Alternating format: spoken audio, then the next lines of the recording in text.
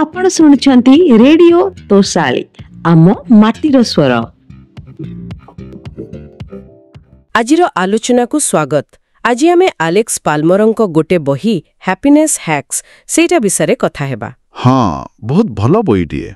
एथिरे ना बहुत छोट छोट किंतु वैज्ञानिक भित्ति थिबा कौशल अछि, माने जहा हमर डेली लाइफ रे मूड भलो करिवारे सहाय्य करे। एकदम और सबु बहुत प्रैक्टिकल। हाँ, तो आमर उद्देश्य होउची एथिरो किछि मुख्य कथा जहा शीघ्र कामरे आसीबो सेगुडी को बाहर करिबा। निश्चय। तेणु पूरा बुझिबाकू हेले आलोचनाटी शेष पर्यंत सुनिबा दरकार। आउ हाँ, जदि एमिति विषय भलो लागु थाए तेबे चैनल को सब्सक्राइब करदेले भलो हबो। निश्चित भाबरे। आउ ए बहिर मूल कथाटा जानिछंती बहुत सरल। कोन सेटा? एई जे खुशीटा किछि एंती बड़ किंबा पहुंची नहला वाली जिनिस नुहे। अच्छा। बरन एइठा गोटे स्किल परी गोटे कौशल जहाको आमे प्रतिदिन छोट छोट पदक्षेप नेकी माने डेवलप करि परिबा। माने अभ्यास करी हेबो। हाँ, एहा गोटे प्रैक्टिकल गाइड भली आम मन आउ शरीर पाई आउ प्रतिटा हैक बा उपाय पछरे किछि ना किछि रिसर्च अछि। ओहो। आउ गोटे भलो कथा कोन कि ए बही को जिउ पेज रु भी आरंभ करी हेबो। सबु हैक निजे निजे स्वतंत्र। अरे वाह, एटा भलो लागिला। तेबे चलंतु टिके भीतर को जिबा। गोटे कॉन्सेप्ट मोते बहुत इंटरेस्टिंग लागिला, एम्बॉडीड कॉग्निशन। हाँ, एम्बॉडीड कॉग्निशन माने आम शरीर माध्यमरे आमे निज चिंता को केमटी प्रभावित करि परिबा। यार माने कोन? आम शरीरर पोस्चर, आमर काम ए सबु आम भावना को बदलै दे। एकदम सीधा सड़क प्रभाव पकाए। यार गोटे बहुत फेमस एग्जांपल अछि ना, सेई पावर पोज। हाँ, पावर पोज। से जो सुपरमैन परि छिड़ा हेबा 2 मिनिट पई, छाती फुलेई अंटारे हाथ देई। हाँ, देखिबा को बड़ा साधारण लागि पारे, किंतु एहा पछर साइंसटा बहुत रोचक। सतरे केमती? जने सोशल साइकोलॉजिस्ट अछंती आमिकडी, तांको गवेषणर जणा पड़िछि जे एमती पावरफुल पोज रे रहिले आम शरीर रे टेस्टोस्टेरोन लेवल बढ़े। ओहो, सेटा कॉन्फिडेंस हार्मोन ना? हाँ, आत्मविश्वास सह जोड़ा। आउ संगे संगे कॉर्टिजोल लेवल कमे। अच्छा, स्ट्रेस हार्मोन। एकदम, माने चाप कमे। बोधुए आम मस्तिष्क भी एबे भी सेई पुराना पैटर्न रे काम करे, जोठी शरीरर भंगी सोशल स्टेटस किमा कॉन्फिडेंस रे सिग्नल देउथला। बुझिली। तेणु कोनोसी इंपोर्टेंट मीटिंग हो बा जे कोनोसी स्ट्रेसफुल सिचुएशन आगरु 2 मिनिट एमिति रहिले मनोबल टिके बढ़ी जाए। अरे वाह, एटा तो बढ़िया कथा।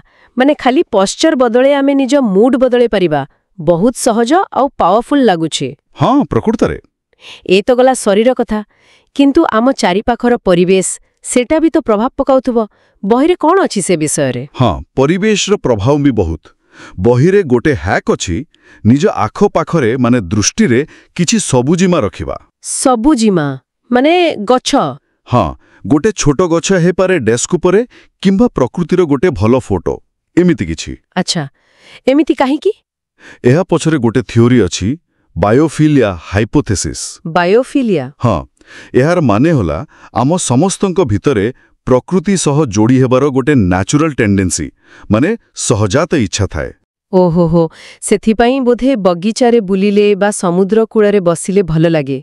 एकदम सेया। आउ रिसर्च रु जणा पड़िछि जे ऑफिस रे भी जदि खाली गछ देखिबा को मिले ताहले भी स्ट्रेस कमे आ कंसंट्रेशन बढ़े।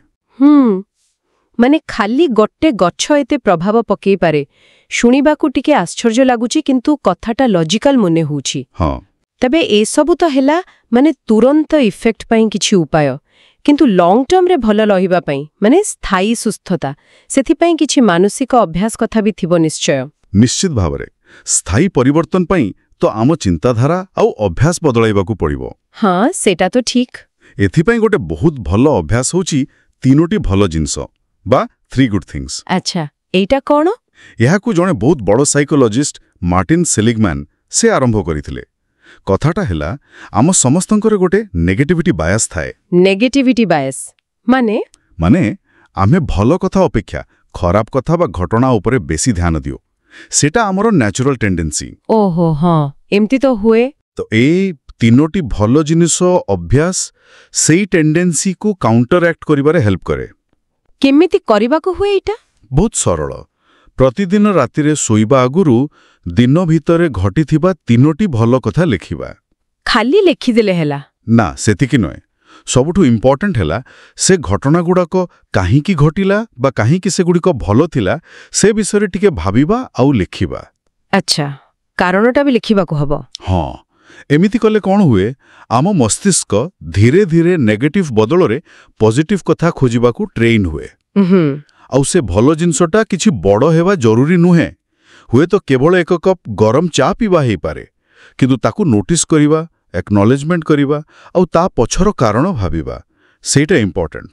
ବୁଝିଲି, ଏଇଟା ବି ବହୁତ ଭଲ ଲାଗିଲା। ତେବେ ମୋଟାମୋଟି ଭାବେ ଦେଖିଲେ ହ୍ୟାପିନେସ୍ ହ୍ୟାକ୍ସ ବହିଟା ଆମକୁ ମନେ ପକେଇ ଦଉଛି ଯେ ଆମେ ନିଜ ଖୁସି ପାଇଁ ଯେତିକି ଭାବୁ ଯେ ଆମର କଣ୍ଟ୍ରୋଲ ନାହିଁ, ବୋଧେ ତାଠୁ ବେଶୀ କଣ୍ଟ୍ରୋଲ ଅଛି।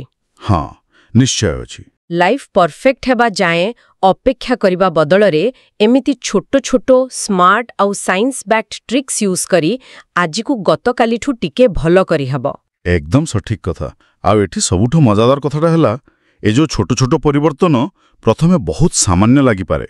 ହଁ, କିନ୍ତୁ ଯେତେବେଳେ ଏଗୁଡ଼ିକୁ ନିୟମିତ ଭାବେ କରାଯାଏ, ସେଗୁଡ଼ା ସବୁ ମିଶିକି ଟାଇମ୍ ସହିତ ବହୁତ ବଡ଼ ପଜିଟିଭ ଇମ୍ପାକ୍ଟ ପକାଏ। ମାନେ କମ୍ପାଉଣ୍ଡ ଇଫେକ୍ଟ ଭଳି? ହଁ, କହିପାରିବା। ଏଇଟା ହିଁ ଏଇ ଛୋଟ ଛୋଟ କୌଶଳର ପ୍ରକୃତ ଶକ୍ତି। ବହୁତ ଭଲ। ତେବେ ଶ୍ରୋତାମାନେ ବି ଏଥିରୁ କିଛି ଟ୍ରାଏ କରିପାରିବେ। ଯେମିତି ଆଜି ଆମେ କଥା ହେଲେ ପାୱାର ପୋଜ୍, ହଁ, କିମ୍ବା ଡେସ୍କରେ ଗୋଟେ ଗଛ ରଖିବା, କିମ୍ବା ସେଇ 3ଟି ଭଲ କଥା ଲେଖିବା ଅଭ୍ୟାସ। ଯଦି କେହି ଟ୍ରାଏ କରନ୍ତି, ତେବେ ନିଜ ଅନୁଭୂତି କମେଣ୍ଟସରେ ଜଣେଇ ପାରିବେ। ନିଶ୍ଚୟ। ଆଉ ଯଦି ଲାଗୁଛି ଏ ଆଲୋଚନା କାହା ପାଇଁ ଉପଯୋଗୀ ହେଇପାରେ, ତାହେଲେ ନିଜର ବନ୍ଧୁ ପରିବାର ଲୋକଙ୍କ ସହ ସେୟାର କଲେ ଭଲ ହବ। ହଁ, ଆଉ ଯଦି କେହି ପୁରା ବହିଟା ପଢ଼ିବାକୁ ଚାହିଁବେ, ତାହେଲେ ଲିଙ୍କ ଡେସ୍କ୍ରିପ୍ସନରେ ଦିଆଯାଇଛି। ହଁ, ସେଇଟା ବି ଅଛି। ଶେଷରେ ଗୋଟିଏ କଥା ଭାବିବା ପାଇଁ ଛାଡ଼ି ଯାଉଛି। କ'ଣ?